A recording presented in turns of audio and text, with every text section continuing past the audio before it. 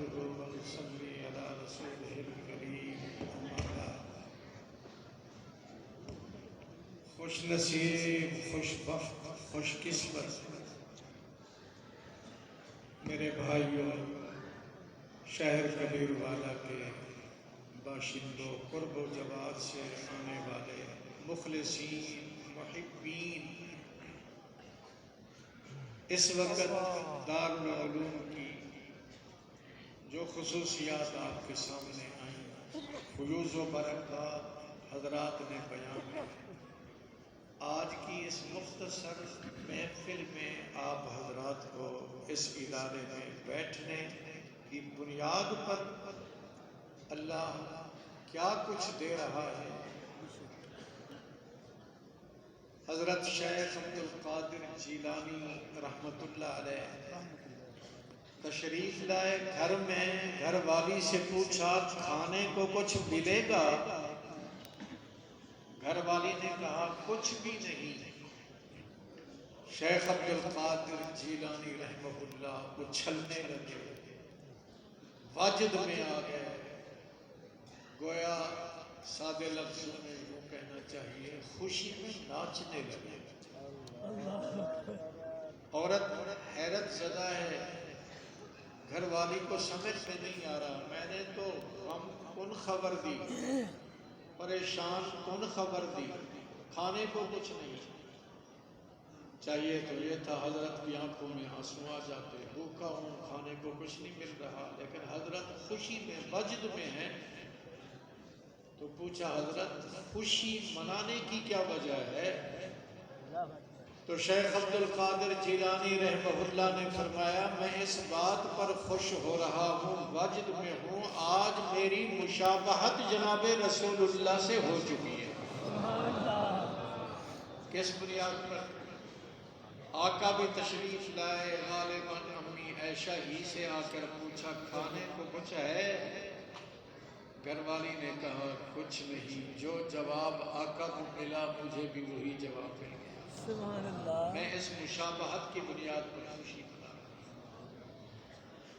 میرے بھائیوں، آج آپ کو اس اجتماع میں بیٹھنے کی وجہ سے مشابہت حاصل ہو رہی ہے صدیق اکبر کی، عمر فاروق کی، عثمان و علی کی، حضرت ابو ہریرہ۔ یہی حدیث میرے عزیز نے پڑھی، جناب رسول اللہ صلی اللہ علیہ وسلم کے مقدس مطہر مزکہ منہ مبارک سے جو الفاظ نکلے، براہ راست حضرت ابو ہریرہ رضی اللہ تعالی عنہ کے کان میں پڑے۔ حضرت ابو ہریرہ کو دو سعادتیں اس محفل میں بیٹھنے کی وجہ سے حاصل ہو رہی تھی۔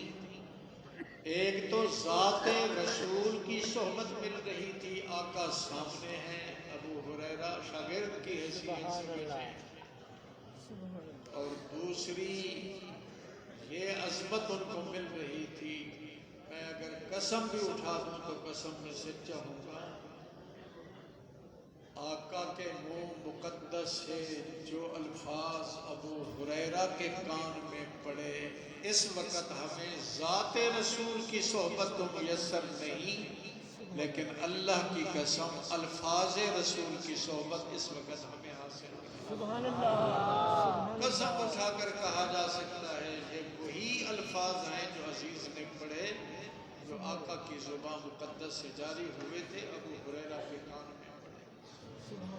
ابو ہریرہ براہ راست بلا واسطہ آقا کے شاگرد بنے، اور آپ حضرات ان الفاظ کو سننے کی وجہ سے تقریباً 30-31 واسطوں سے جناب رسول اللہ کے شاگرد بن گئے۔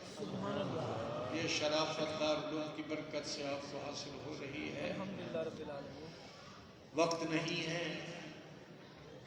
ٹائم بہت مختصر ہے، ہم چاہتے ہیں ہم اپنے سینے کو حضرت اقدس حضرت مفتی صاحب کے نورانی بیان سے منور کریں۔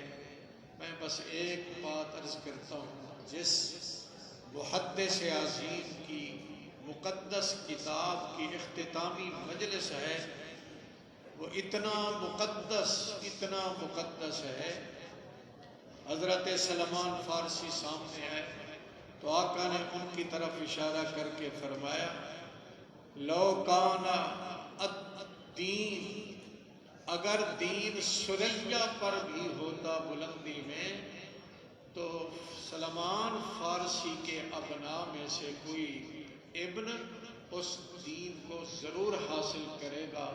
سارے علماء کا اتفاق ہے، اس حدیث کا مصداق اول امام ابو حنیفہ ہیں، اس پر بھی ہمیں خوشی ہے، ہم حنفی ہیں، اور اس حدیث کا مصداق دوسرے نمبر پر امام بخاری ہے۔ آقا کی زبان سے ان کے تقدس کا اظہار ہوا۔ اتنا بڑا عظیم مقدس شخصیت ہے، قرآن حفظ کر رہا تھا، مجلس میں بیٹھ کر ساتھیوں سے کہتا الہمت حفظ الحدیث وانا فی المکتب، میں مکتب قرآنی میں تھا، میرے دل میں بار بار اللہ کی طرف سے القاء ہو رہا تھا۔ خوش قسمت لوگوں، جب جن لوگوں کے قلوب کا تعلق عرش رحمان سے ہوتا ہے تو عرش سے ادھر سے تارے بھی جڑ جاتی ہیں، الہام بھی ہوتے ہیں۔ کیا الہام ہو رہا ہے؟ محمد ابن اسماعیل بخاری، میری کلام کو یاد کرنے کے بعد تو نے میرے حبیب کی کلام کو بھی یاد کرنا، یہ مضمون دل میں القاء ہو رہا تھا۔ پھر اس جوان نے، اس بچے نے بچپن ہی میں احادیث کو یاد کرنا شروع کیا۔ عمر 11 سال ہوئی، 11 سال کی عمر میں یہ عظیم محدث 70,000 حدیثوں کے حافظ بن گئے۔ سبحان اللہ۔ اللہ تعالیٰ نے پھر ان کو اتنا نوازا، 16 سال کے عرصے میں 6 لاکھ احادیث سینے میں محفوظ کر کے ان میں سے 7,275 احادیث پکی پکائی روٹی کی شکل میں صحیح بخاری کی شکل میں ہمارے سامنے رکھ دی۔ آج اس صحیح بخاری کی آخری حدیث کی تلاوت آپ نے سنی ہے، انشاءاللہ نورانی بیان اس سلسلے میں اور ہمارے روح کو قوت دینے والا بیان حضرت اقدس فرمائیں گے۔ ہم سب محتاج ہیں ایسے نورانی بیانات کے۔ نماز مغرب تھوڑی سی اگر تاخیر بھی ہو جائے تو ہم امام ابو حنیفہ کے مقلد ہیں، تھوڑا سا ان کی فقہ حنفی میں گنجائش ہے، ضرورت کی وجہ سے تھوڑی سی تاخیر ہو جائے تو گالی نہ دینا، پریشان بھی نہ ہونا۔ اب دل چاہتا ہے ہم حضرت اقدس کے نورانی بیان سے استفادہ کریں۔ اللہ تعالیٰ ٹوٹے پھوٹے الفاظ کو قبول فرمائے۔ میں بھی برکت کے لیے ان مبارک الفاظ کو اپنی زبان سے ادا کرتا ہوں اور آپ سے بھی درخواست کرتا ہوں آپ بھی 3 مرتبہ ان پاکیزہ کلمات کو اپنی گناہگار زبان کے ذریعے سے ادا فرما لیں۔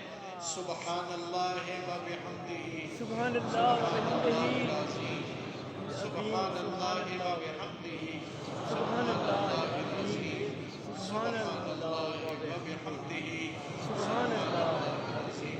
اللہ تعالیٰ اس اجتماع کو، آپ کے آنے کو قبول فرمائے۔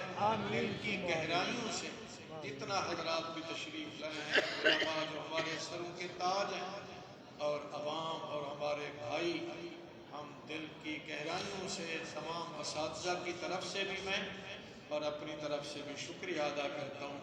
آپ کی محبت جس انداز سے ہمارے سامنے اب آئی اور آئندہ بھی آتی رہے گی، اس کا بدلہ تو اللہ آپ کو اپنی شان کے مطابق عطا فرمائیں گے۔